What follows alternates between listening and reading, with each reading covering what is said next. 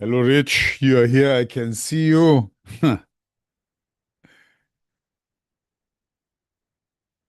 Hey, Martin. Yes. So, how did you like last week's meeting? That was good. I think I sort of surprised him with my question at the end. As practitioners, how can we help? Yes, that's exactly the question. The issue is, yeah, I don't know what is the issue, but So I was hoping that you had some communication with him during this week about that very topic, but I guess not.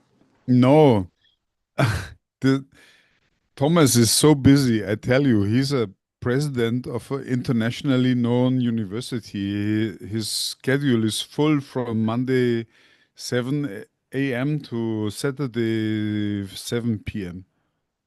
Wow. Okay. I, s- I just got him in because he discovered 1 week before that he got a 1 hour gap in his schedule on Thursday, 4 p.m. German time.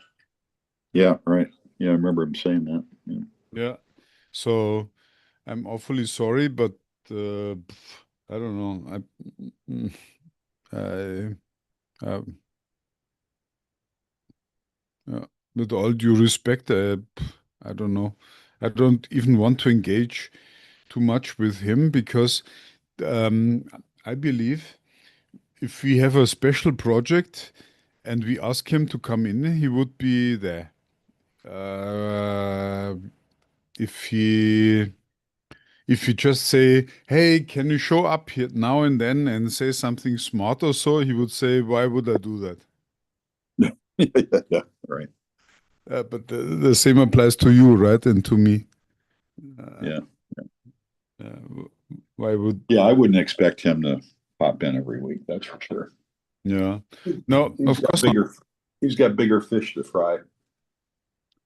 Yeah. Although I must say, I can see in Germany there's a movement of consolidating, and it I mean, I don't know, Rich. You remember, right? 1 year ago, or more than 1 year ago, 1.5 years ago, I predicted that the German economy will suffer badly, and uh, there are even recorded meetings about that. And all what I can say is that the mood now, as compared with 1 year ago in Germany, is much worse. Yeah. Yeah. Yeah, I remember all that, and I agree with you. And I even sent you some, sent to you and I think Michael and a few others, um, maybe Roland, some articles that I saw in LinkedIn about that very thing, some links to those, and through LinkedIn, and um, it's getting pretty dire, if you ask me. That's somebody from outside looking in, but it just seems like to me that it's certainly not improving, and it's certainly on the decline, continuing to decline, not improve at all. Yep. Look, And and I think that the automotive industry, China is just they're just a problem because it's a race to the bottom with them, and they want to use price and volume and product breadth and depth, as their tactics. And you just and then you throw in technology on top of that. And as we've talked here before, I mean, they're now technologically equivalent to where the states and Germany are in many categories, and probably categories that we're unaware of. So um, it's it's only going to continue to impact not only Germany, but it's going to impact, the other Western economies.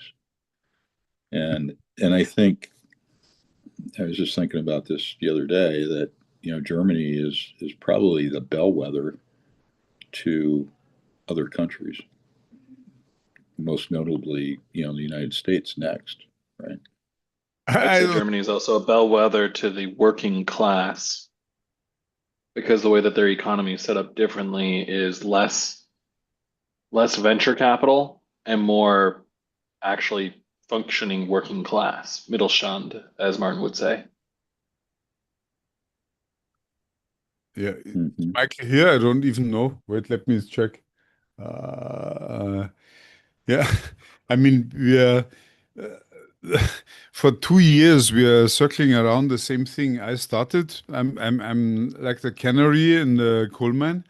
But what I can tell you, I have income from German Mittelstand, and what I can tell you for them, life is very, very, very difficult, and there's no hope, there's no light at the end of the tunnel. And what I can tell you is that the because I live in Asia, actually, even in East Asia, that the people around me look at Europe as something that is a thing of the past. And that's only for the past 3 months. Mm-hmm. And Yeah. Yeah. and I want to welcome Simon. I invited Simon to this group. He's also in the entrepreneurial circles up in the Minneapolis, St. Paul area. yeah, sure. Hi, Simon. Welcome to our group. We have a very small circle, and we do not know who is listening because this is a certain feature of LinkedIn and Zoom. So we do a public thing on the stage, and the people that are on the stage see each other, while the ones that are listening don't see each other. Yeah. So you want to introduce yourself, or you want us to introduce ourselves first? Thank you. I can introduce myself and then I'd love to hear about you guys. My name's Simon. I'm based in Minneapolis, Minnesota, and I'm building an early stage SaaS platform that focuses on kind of supporting early stage founders with the infrastructure that they need to take their idea and build it. I met with Joe yesterday, and he thought it'd be a good idea if I joined this call. So I appreciate you guys having me on. Yeah, most welcome. I don't know whether we can help you, but I'm very sure that you will benefit from participating here because we are guys who touch innovation on a daily basis, and we have seen innovation from all aspects of life. Yeah. So, my name is Martin Schweiger. I'm a patent attorney in Singapore. I'm also a power lifter, and you find me on the internet when you type my name in Singapore or powerlifting or patents. Yeah, Martin Schweiger. Um, Go ahead. Um, Michael, or I mean, we have a group of people who are the core team, and is Roland Rüll. He's a patent attorney. There's Carl Davenport. He's a practitioner down in the industry, and and then we have Rich McDonald. Um, you find out by him yourself. Michael Ostrowski, Joe Slaughter. Did I forget anybody? Please speak up and unmute your microphone and follow in. And let's welcome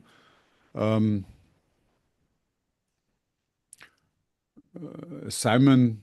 Yeah, Simon to the group. Hey, Simon, this is Rich McDonald. One of the core members here with Martin. Been with Martin now, I think going on almost 5 years, I think. Yes, 5. Um, Rich. 5 years.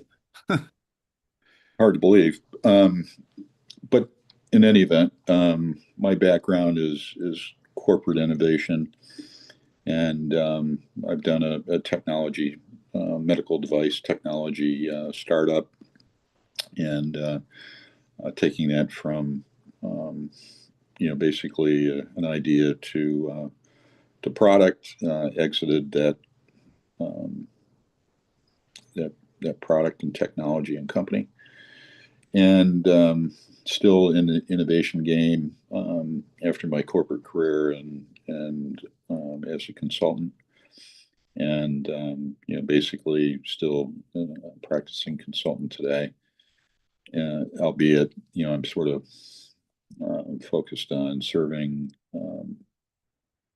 small and medium-sized enterprises with a few large clients, over $2 billion and more in revenue.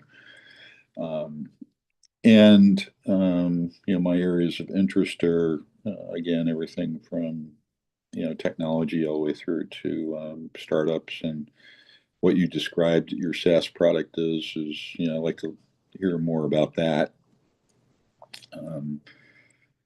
Just in your brief description there, I know there's other products out there, so I'd like to hear what your points of differentiation are when time is appropriate. And hopefully you can glean something from us that have been there, done that, and possibly we can help, at least be a sounding board for you and to give you some direction and some ideas and questions to think about, which is always helpful to a new founder. And I guess that's about it. I'll turn it over to Michael or somebody else. Thank you, Rich. I appreciate it. Sure. Good morning, Simon. Welcome to the group. I'm Michael Ostrowski. I've been with Rich and Martin for the same about 5 years. So I'm probably the oldest member of the group, and I'm a hybrid. Half of my career has been in corporate, and half has been my own consulting firm, which is a spinoff of another consulting firm. And that firm is a spinoff of IIT Research Institute, Illinois Institute of Technology. So we go back about 80 years. And and the other dimension of my hybrid is half of my career has been in strategy for giant companies. GE's been my best client, along with Siemens, Emerson, Westinghouse, ABB, and on and on. And half has been in engineering. So that's what happens when engineers get an MBA. There are some in the group that are like us with a scientific background, but also a strategy background. So in innovation, I have 6 patents. I spent 2 years full-time with Raytheon when it was United Technologies, and I was handpicked to do the fuel system integration on the F-35 Joint Strike Fighter. So it's not my age, Simon, it's my odometer. And with that, I'll turn it over to Roland or anyone else who picks it up. Welcome to the group. Thank you. Thank you. Happy to be here. Okay, I'm Roland, and as Martin already said, I'm a patent attorney, but not based in Singapore, in a much colder country, Germany. Even though I look out of the window today because we had the first snow today. Yeah, I joined the group about 2.5 years ago, and being a patent attorney, I'm of course constantly in touch with innovation. So we have startups and medium-sized and large companies as clients. And the interesting thing about this group here is the combination between the technological aspects and the business aspects, all of which have to fit together in order to get innovation going and to bring it to the market. So yeah, welcome to the group. Thank you. Hi, Simon. Carl Davenport. I do a lot of listening. I don't do a lot of talking, but I really enjoy this forum for about 4 years. I'm also a hybrid. I came out of the chemical coatings business, and I run a small project management company that deals with gap analysis and operations and project due diligence. I also run a business running powerlifting competitions. So I'm also a power lifter as well. And one of these days, I want to compete against Martin. Welcome to the group. Well, Yeah, Carl, we will probably never in my lifetime compete against each other because we're after my change of life, we are never in the same weight class again.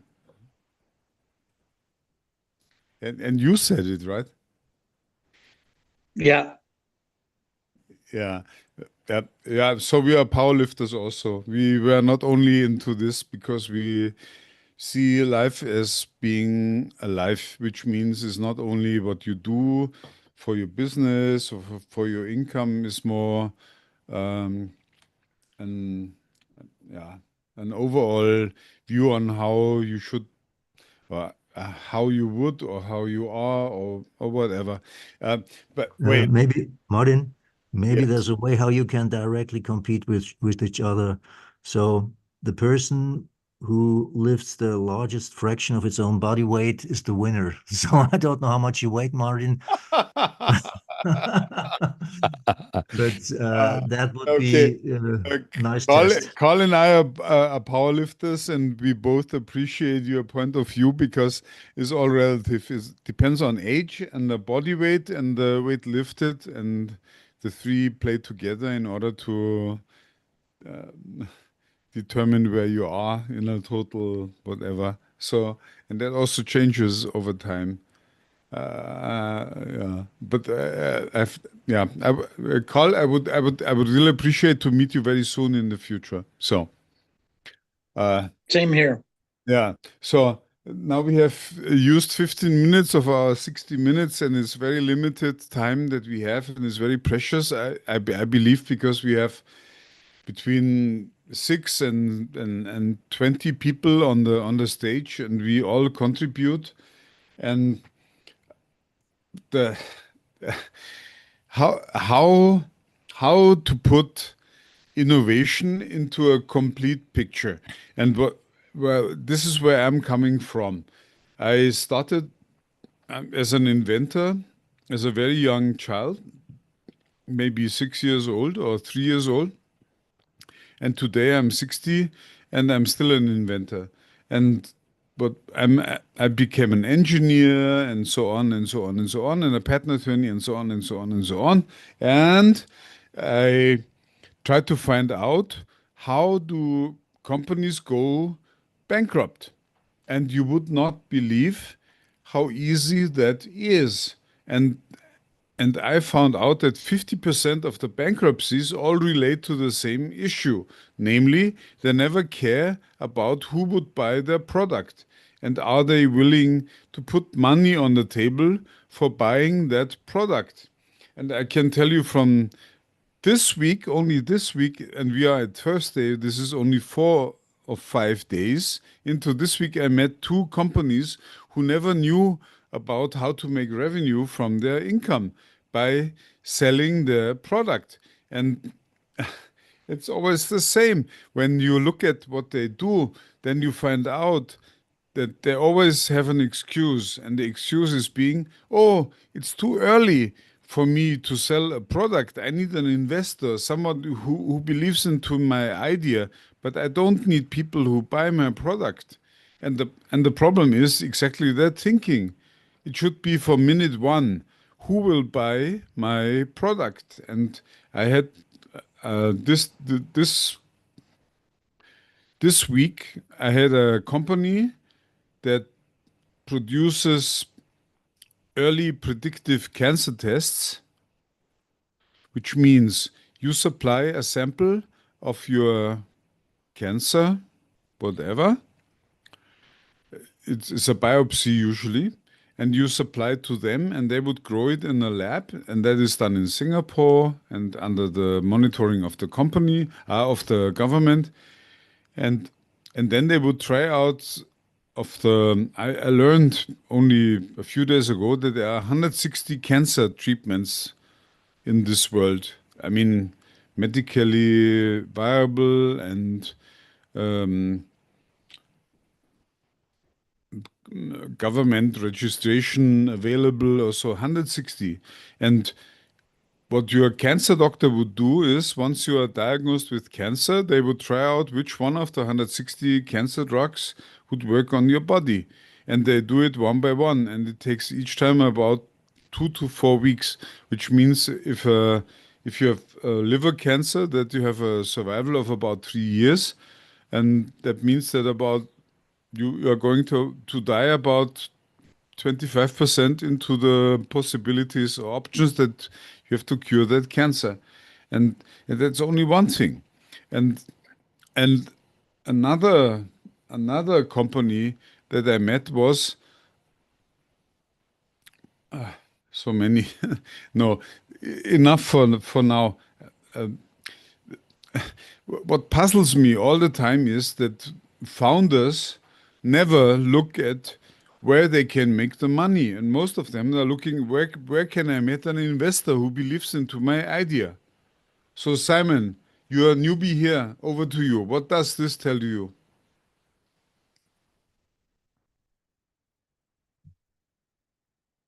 Can you guys hear me? Sorry, I'm having a little bit of trouble. Yes, we Perfectly can. well. Perfect. Sorry, could you repeat your question for me? I apologize. Did you ever try out? Is there anybody out there who's willing to pay money for your solution? Right now we haven't been charging folks. Our solution is basically in its MVP launch. We have about 40 users that are using it, and I would say about 20% of them are active. And my co-founder and I thought that, before we can, start charging people, we need to build more value for the individual users, to kind of boost that retention rate to closer to, maybe 85% to 90%, instead of roughly 50. And just because we're in such an early stage, the features and the ability that the users have on our platform is very minimal.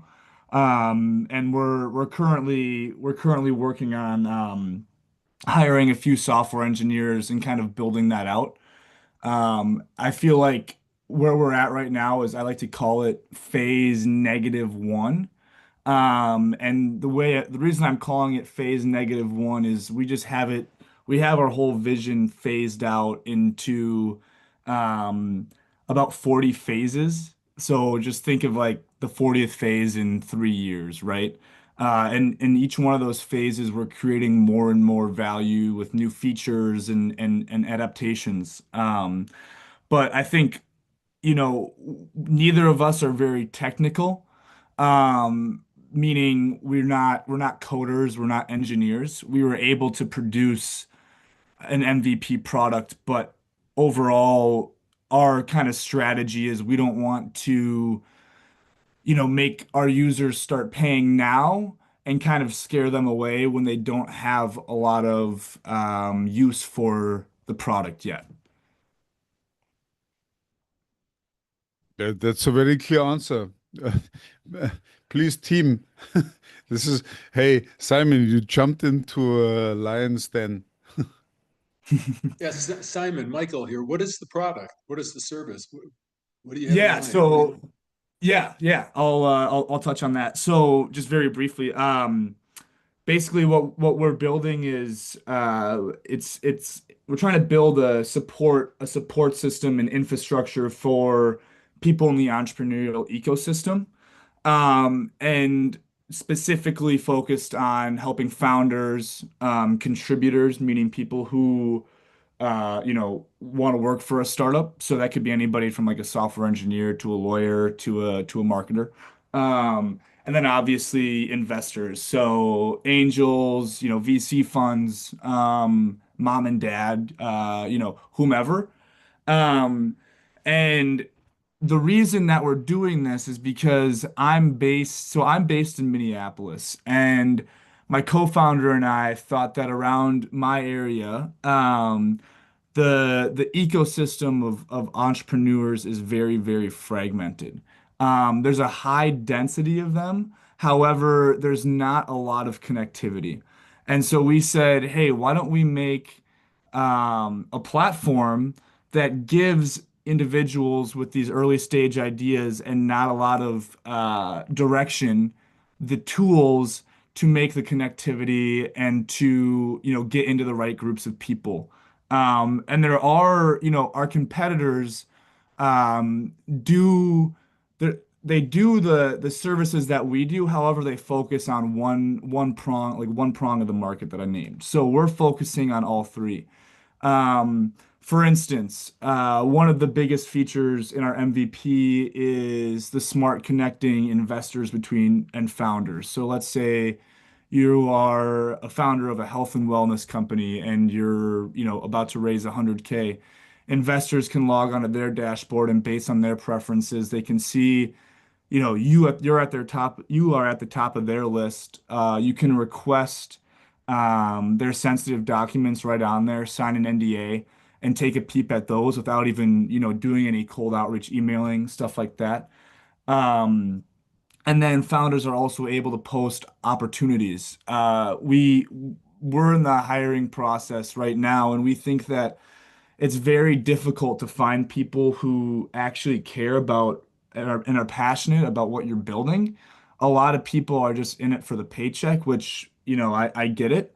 So we wanted to give founders kind of a source or a platform where they can post exactly what they're looking for and people can apply right on there and they can set up meetings and whatnot. And it's just, we're trying to give young entrepreneurs, actually not young, early stage entrepreneurs, a Swiss Army knife or a tool belt of different features that can help them turn their idea into a company. And that those are just like some of the base features. I don't want to, get into all of it and take up all the time, but that's kind of the idea of it. So essentially, you are bringing people together. So inventors, entrepreneurs, and people who can provide funds, who can provide education, support, stuff like that. Is that correct? Correct. Okay. We So have Simon that's enthusiastic about getting people to innovate inside of a community, is already plugged into a university, and is one that's undertapped. I would say heavily undertapped in connecting to the entrepreneur community and pipeline of students to R&D projects. So I'm going to nudge Simon on that little pathway as well.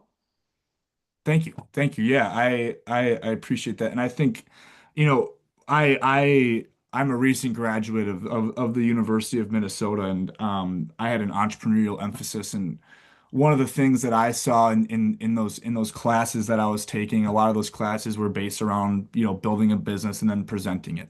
Um, and there was a lot of kids, a lot of students that had, amazing ideas and they had great pitches and they really, really did their research. But then after, the class ended, I didn't see anything else on their LinkedIn's or whatever.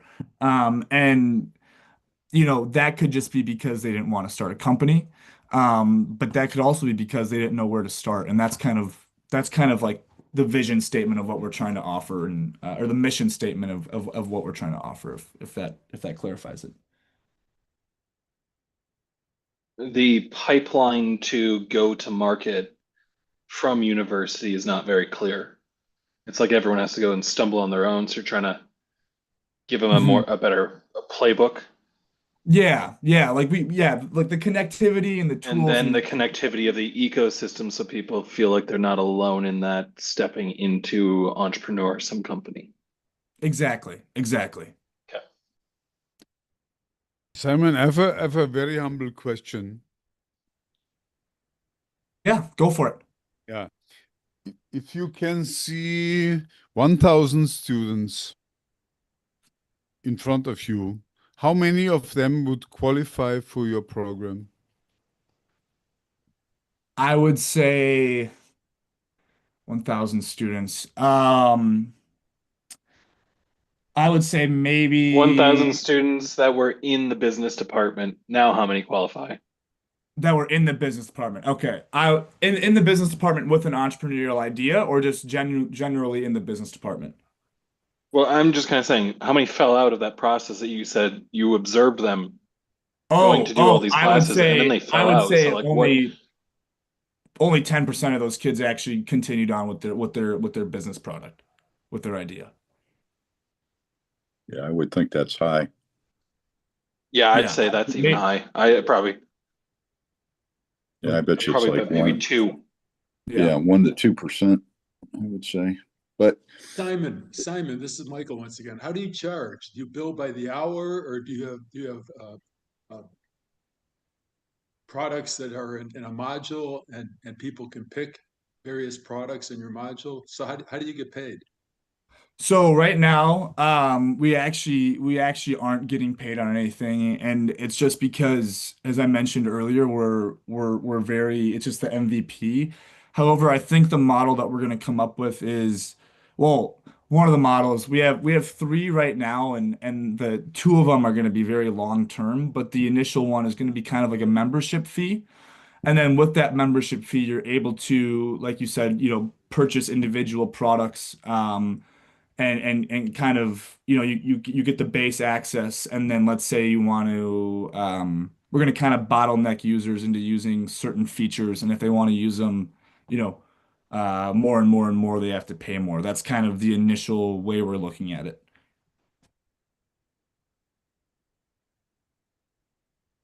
okay, Simon, this is Rich.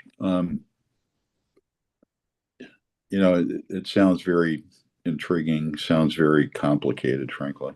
Um, and it sounds like to me that I hate to say it like this, but I can't think of a better or easier way to say it, a more genteel way to say it. I think you're trying to boil the ocean, frankly.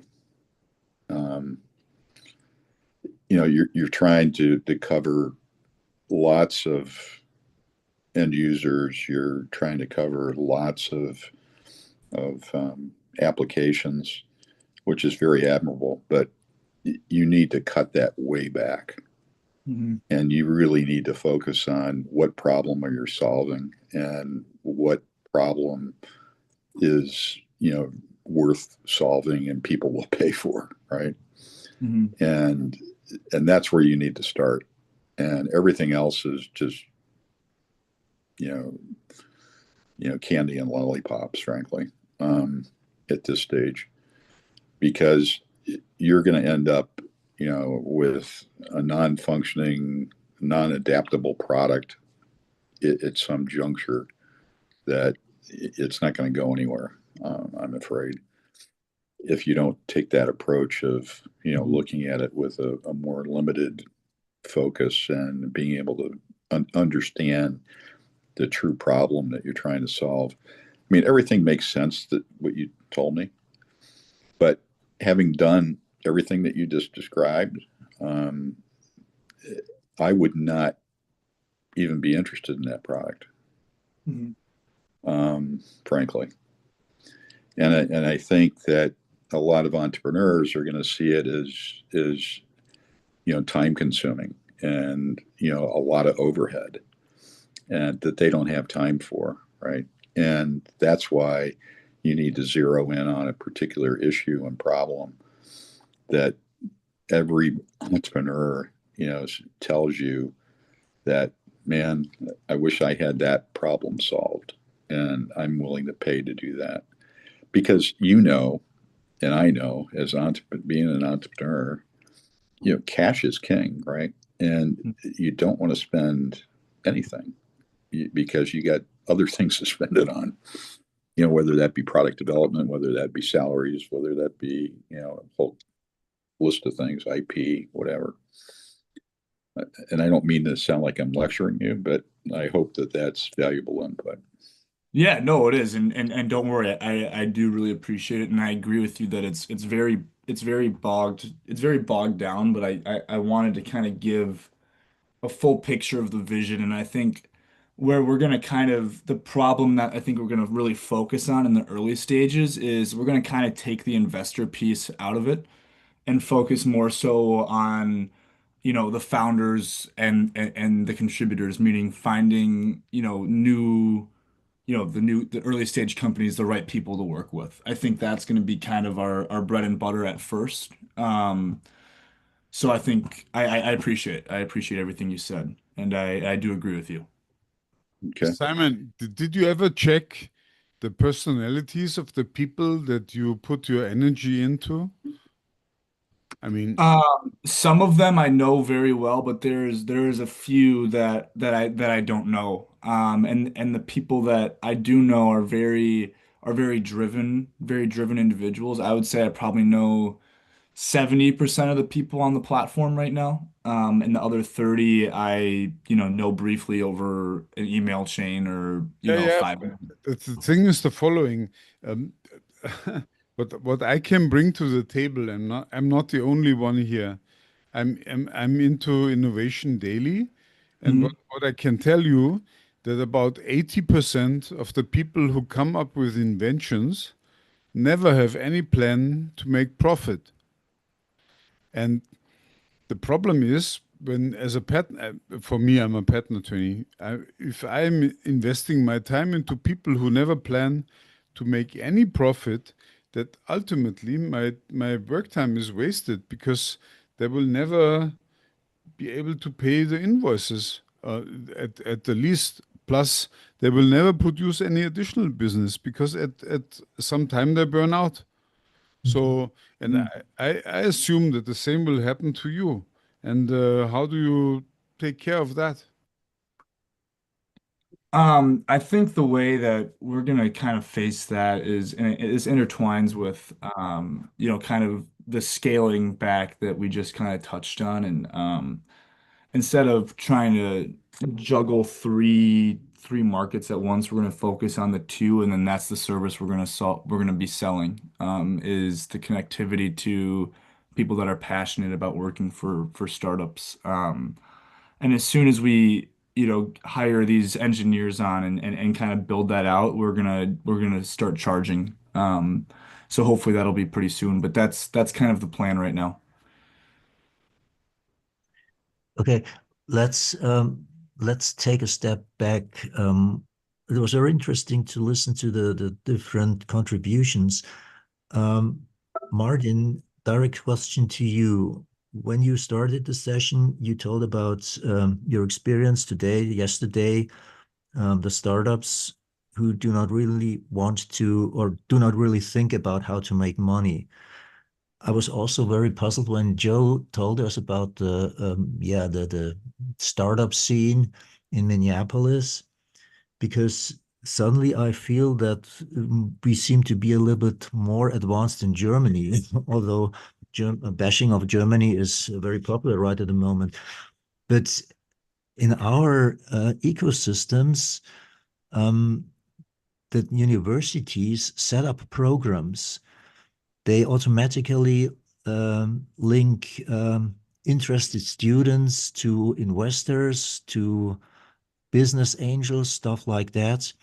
When you attend all those meetings, all these events, the startup founders come up very prepared. You hear the pitch decks, and the most important thing, which every pitch deck has to contain, is what is your line of income. So I'm really puzzled when Martin, you said that you really face these old type, wannabe startups who dream about a great idea and don't think about market. And I was also puzzled when Joe said there's no real connection in the university ecosystem. So are we more advanced in Germany right at the moment? Over to you. There is a connection with the universities. My point to that was there could be a greater, there's more opportunity in comparison to what we've been talking about in the last couple of weeks, and saying that pipeline of using students almost like guild training, where they get hands-on experience out in the field at the same time, that cooperative learning, that industrial learning while being a student. They're missing that pipeline is undertapped in the United States. Yes, Germany may be more advanced on that part than the United States. Okay, but what I saw was a company that can predict whether or not 40 of 160 cancer treatments will work on your very I would say, yeah, personal tumor. And I asked him, so if I bring you 10 customers and each one of them pays $5,000, would you be able to come back with 10 test results within a week? And then they said, oh, difficult, yes, but we can make it. And this company is how to say, I don't want to be too specific about the state, but it was a problem for them. And I thought, wow, if I had a startup company that could predict that, right? I mean, a very good friend of mine currently is suffering from liver cancer. Or what is it? There's a gland on the liver, so Bauchspeicheldrüsenkrebs in Oh, German. okay. Yeah. Pancreas. Yeah, pancreas cancer. Yes, thank you for helping me. So, and I'm trying to help him because I know people who survive that by a diet, and but he, of course, he's too proud because he's in a German medical system, and then he's currently in Heidelberg with an expert group that is that they only do pancreas cancer and nothing else. And he's now into that for almost a year. And the likelihood to survive a pancreas cancer by more than a year is quite limited. I would say it goes close to 5% or so. But he's still alive. He lost about 30% of his body weight. And I told him, hey, why don't you invest $5,000 into this startup? And then they would try to find out which one of the therapies would help you. And he told me that he tried out 4 therapies in a period of time of 8 months, which is quite reasonable because you need 2 months for each therapy. And it didn't work. And there are 160 minus 4 therapies left. And this startup can reduce the testing time for 160 therapies to 2 weeks. So after 2 weeks, they would tell you which one of the 160 therapies, and usually about 40 or so or 20, would work. And now I have a problem from both sides. My good friend, he's now at 160 minus 3 therapies tried out, and nothing works. And the other one is the startup who has a means to test patients for 160 therapies at one time and give you a feedback of what works, 30% of them within 2 weeks or 4 weeks. And they're not doing well, in very humble words. Yeah. This is where I'm caught. This was what happened this week. Okay, I'm very sorry for your friend, and I wish him all the best.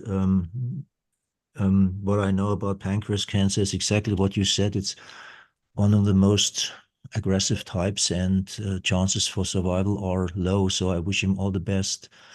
When it comes to the startup company, I mean, we of course cannot share very specific information because we are bound by confidentiality. You are, as a patent attorney, are bound by confidentiality. But of course, it depends on the stage of evolution of this startup.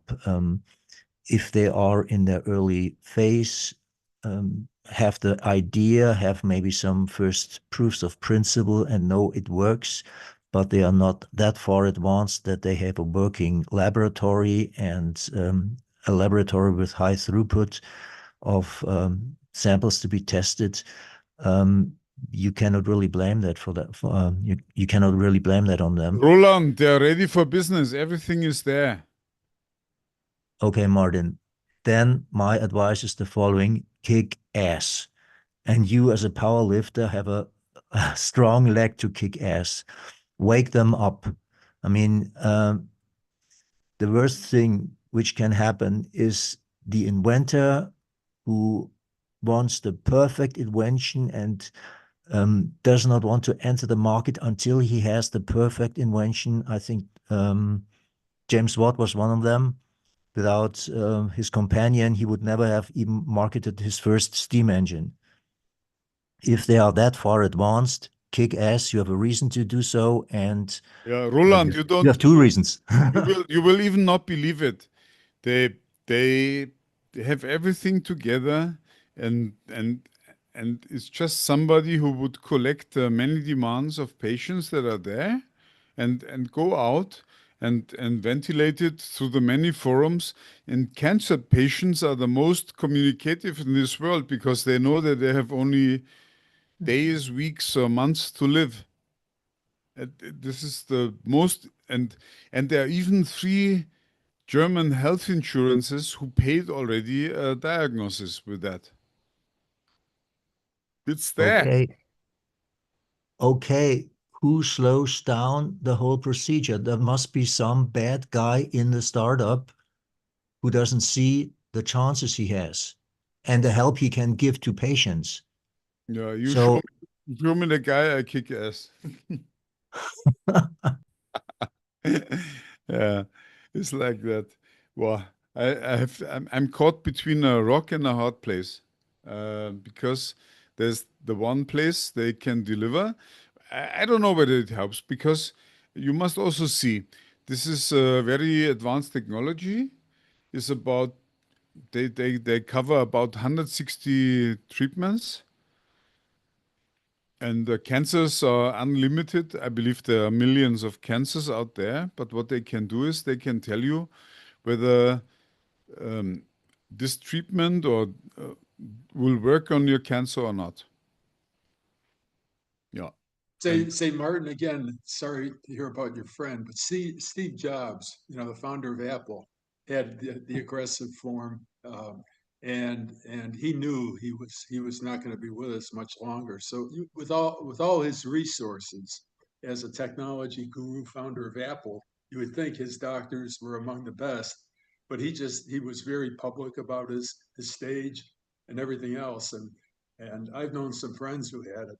It's similar to esophageal cancer, others that there could be 160 possible treatments, and some people go to Mexico to try new therapies and all that. But generally, all our days are numbered, So I'll hope and pray for him. But I think any good hospital and group that he has countless research studies at their fingertips, and the cohorts, as they call them, to place your friend into one of those cohorts for experimental drugs or radiation, or the combination, of course, surgery, radiation, and chemo. But other than that, like you said, Martin, there's countless numbers of cancers, and each one has its variety, and each one has steeples of excellence among the medical community. So as long as he's in one of those, he said he's at a hospital in Heidelberg, is he? Michael, it's not about the patient, not about the hospital. The question is, will this startup survive? Well, I think in the medical community, Martin, and pharmaceutical, Roland can attest to this. There's clinical trials, there's quacks, there's people who like to say, do this to your skin and they'll take 5 years off your face, and they're on television at late night. So he's got to stay away from the so-called quacks. And there's pharmaceutical products that the FDA recalls because they kill people instead of help people. I don't want to sound skeptical, but of the 160, the efficacy of each of those, I don't know what your regulatory freedom to operate is like in Germany, but anyone who can claim to have a solution in the U.S., they have to go through clinical trials in various stages, even if they're life-saving and experimental, right, Roland? So he's got to stay away from the quacks. He could go broke spending money on claims for miracle cures, and they're not well founded. Yeah, absolutely agree. But what I heard or what I learned from Martin's description, it seems as if these 160 types of treatments, they seem to be acknowledged ones. Is that correct, Martin? It's not like yeah, of course. Wait. But Martin, go ahead. It doesn't matter what I mean, the types of cancer are important, but the medical community is not going to adopt that type of solution. Only the insurers, at least in the US, would look at that as a potential solution, because that's going to give them guidance on, whether or not to pay, right? And, basically for the patient, to understand that is one thing, but in the type of therapy that is best, and there's probably some revenue there, but the big revenue is going to be from the insurance companies that look at that as saving, lots of man time hours doing analysis and determining what methodology and what procedure and/or therapy is the best approach. And I just went through 9 weeks with my sister of her cancer treatment, which I don't want to get into, here in these minutes, but she was told that, many things about she was going to need this and that and different types of radiation. And luckily she came out, in a very good state, with one particular procedure that she underwent, and a type of therapy, which was a proton therapy, they call it. And I look at that now and I see, that is, just revolutionizing, cancer treatment. And, it's just amazing what that technology is all about. And it's very, I'm not going to say unknown, because it's been around for quite some time, but it's not applied widely, and it's not advertised widely. And that's one of the problems, right? So you got to get back to the challenge of, is that startup going to survive, is your question. It's not going to survive without a strategic partnership, in my opinion, with a firm that can utilize those insights from that software, in huge volume. And that's the medical insurance industry is best suited for that, right? Yeah, you remember we had Jürgen Brügel here about 3 weeks ago. You still have him here, I think. Jürgen, most medical inventions are not R&D problems. It's about freedom to operate. Yeah. That's my message since the last century or last millennial. So most problems are not problems because there is no inventive power. The most problems are because there's a freedom to operate issue. Jürgen. Yeah. And I recognize that because I ran into the same thing with my medical startup. Yeah, you can invent the best thing in the world. If the system doesn't allow you to use it, then you will never sell anything. Yeah. Yeah, but in case of medical treatments, it's just as Michael just said. They have to be certified, because you can create hope in patients, but if the cure is worse than the illness, it doesn't matter. So both US and European authorities are extremely strict when it comes to allowing new kinds of treatments. There's a good reason for that. Of course, that's fatal for terminally ill patients who want to try everything, but there's a reason behind it, that those procedures and therapies have to be certified and tested 10 times over before they are really allowed to be practiced worldwide or in the corresponding jurisdictions. Jürgen, tell us about your success with your product that you adopted to the transfer innovation to the medical industry.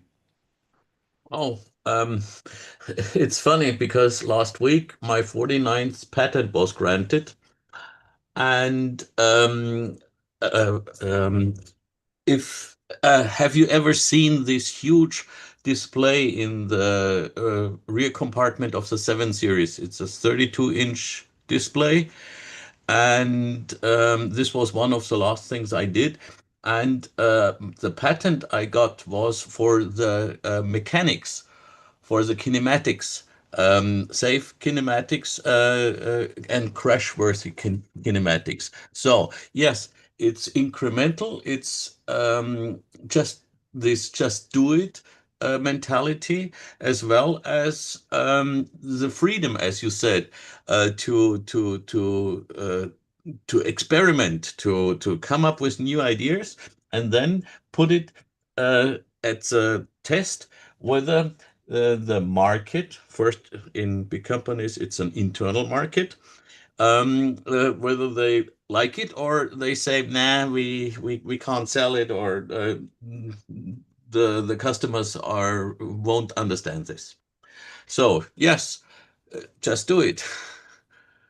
Yeah, but now you heard Simon speaking, elaborating about his own project. Yeah. What shall I say? You have to build a partnership.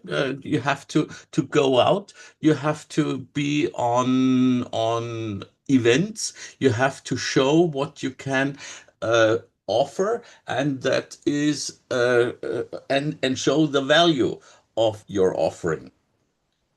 Yeah. That's the only thing what I can suggest. So Simon, you need more kick-ass, or is this sufficient for today? This is great. This is great, guys. I appreciate all the commentary. I love it. Yeah. So what's Simon, your I'd like to give a further comment, Simon. So Yeah. as Martin said, how to make money. So all businesses, products or services. So let's assume yours is a service. Think of yourself as successful, let's say the third year out. And just like law firms, think of a paragraph that you can describe each case. And even though you'll hide the name of the client and the specificity of the new product development that they were seeking investors and angels and so forth, but think of yourself as successful. And what would your engagement abstracts look like in 50 words or less? So one would be, for a pharmaceutical company, Simon Associates, gave advice over a period of 16 months. And those sort of reference abstracts are important to gather new clients. And so just like a law firm puts their cases on the internet for settling a personal injury or asbestos or whatever, think of yourself as a business service. And you're going to have these engagements, and the clients probably won't stay on forever. Some of them will be with you for years, perhaps, but many will be a single engagement.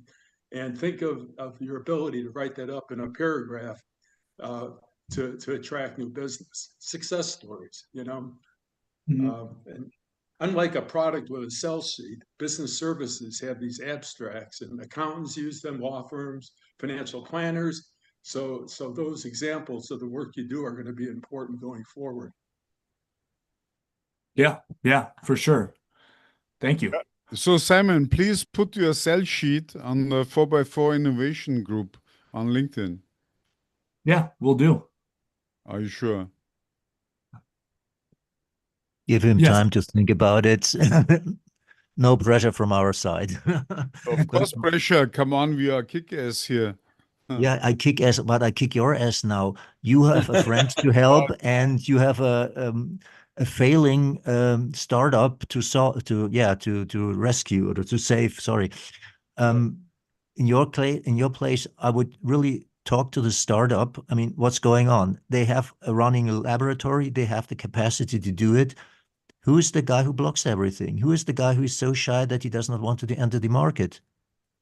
And just like Rich said, okay, of course they must team up. They must make their service available.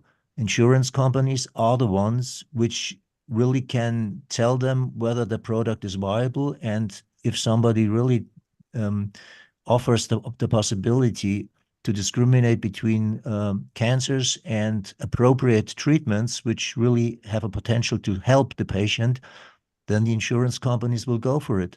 The insurance companies will also be able to tell whether there are restrictions, legal restrictions, such as regulations, stuff like that. Also, the regulatory authorities have to be contacted, but I think the startup should have done that. So, Roland, there are already 2 German insurances who paid one treatment. yeah. So, Right. so how direct can I be with my language? Say, Martin, I think the lessons of COVID are a good example for you. Yes. And Orange Man Trump got an experimental drug that was too expensive for most people. Someone here probably knows the name of it. Ivermectin, the one.